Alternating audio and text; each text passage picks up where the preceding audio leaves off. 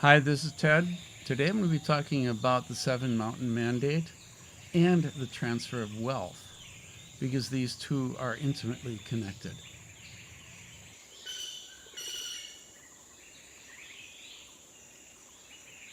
Seven Mountain Mandate. The Seven Mountain Mandate possibly begins with a French Marxist philosopher who talked about it 5 years before Christians ever talked about it.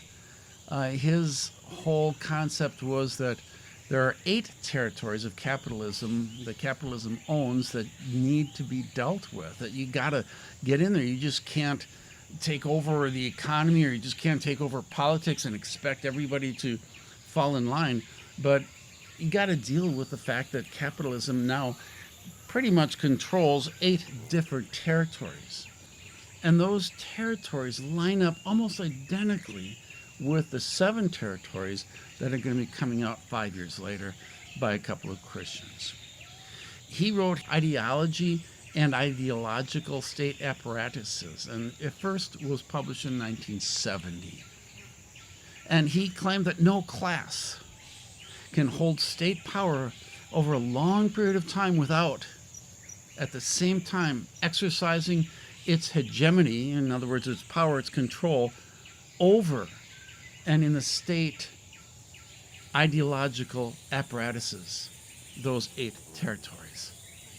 Well, 5 years later, Lauren Cunningham from YWAM, Youth with a Mission, and Bill Bright from Campus Crusade got together and realized they had similar ideas. And it comes out most of all in their writings as they had this revelation from God. They came together and decided that there are 7 territories that need to be under Christian influence within the world. And the first one is education, religion, family, business, government and military, arts and entertainment, media. It didn't take off. It wasn't really popular in Christian circles. So Lance Wallnau revisited it and he promoted it, and he was the one who coined the term Seven Mountain Mandate. Now, who is Lance Wallnau? He is a business advisor, and I'm guessing his clientele are mostly New Apostolic Reformation, but I can't be sure of that because I don't know who his clientele are.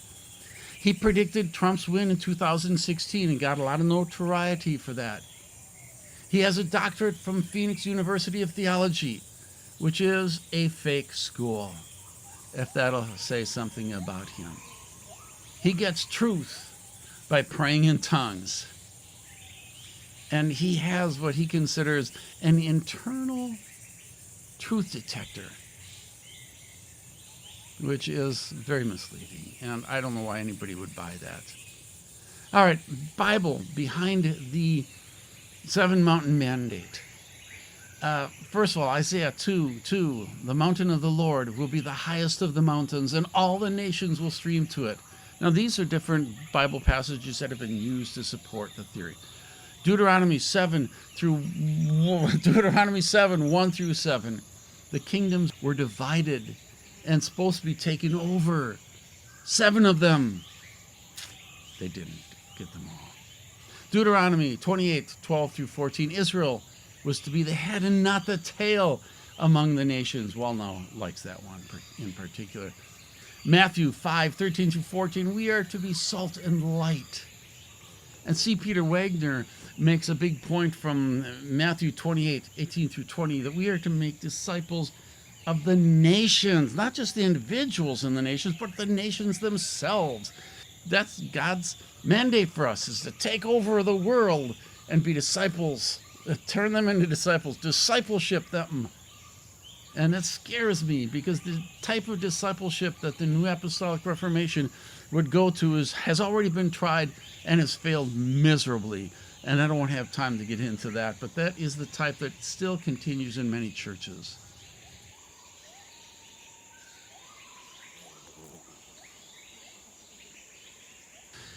They believe that the Bible teaches us that there's a transfer of wealth in order for us to be able to gain control of these different territories.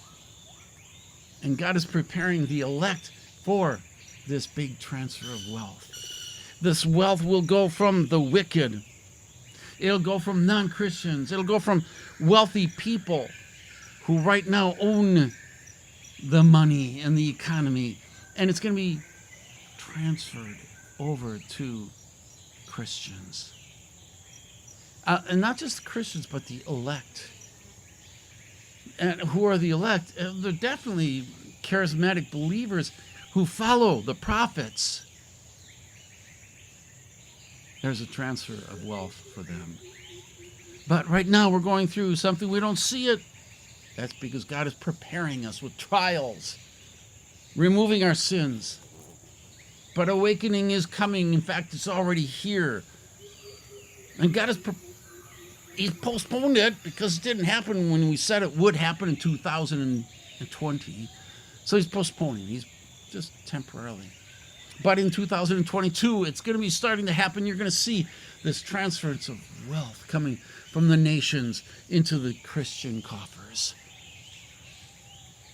And it's to prepare us for the coming explosion of wealth and all this struggle and all the pain and the disappointments we're facing now is just to prepare us for that onslaught of wealth that is on its way. And that onslaught of wealth is to help us to feed our authority or our influence, depends upon who you talk to, our authority over or our influence in the seven mountains. Genesis 12:3 says, I will bless those who bless you, curse those who curse you. That is a background, the backbone of the transfer of wealth that is to come. God is going to bless us. And of course that means money. He's going to bless us with prosperity. He's going to bless us, getting us out of the trials, which are just temporary, just preparing us. And you'll hear that over and over again with these prophets. You've been going through struggles, but it's just to prepare you for that which is to come.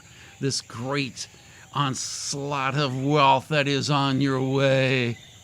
When we become wealthy and powerful, it will be a testimony to the nations that God is in control and He is backing us up. He is with the Christian community. And people will turn to us and they will say, I want to be like you, wealthy, because I'm struggling. I used to be a billionaire, but all my money has somehow ended up in your pockets. And oh, please have mercy on me so I can be wealthy too, and I can be blessed.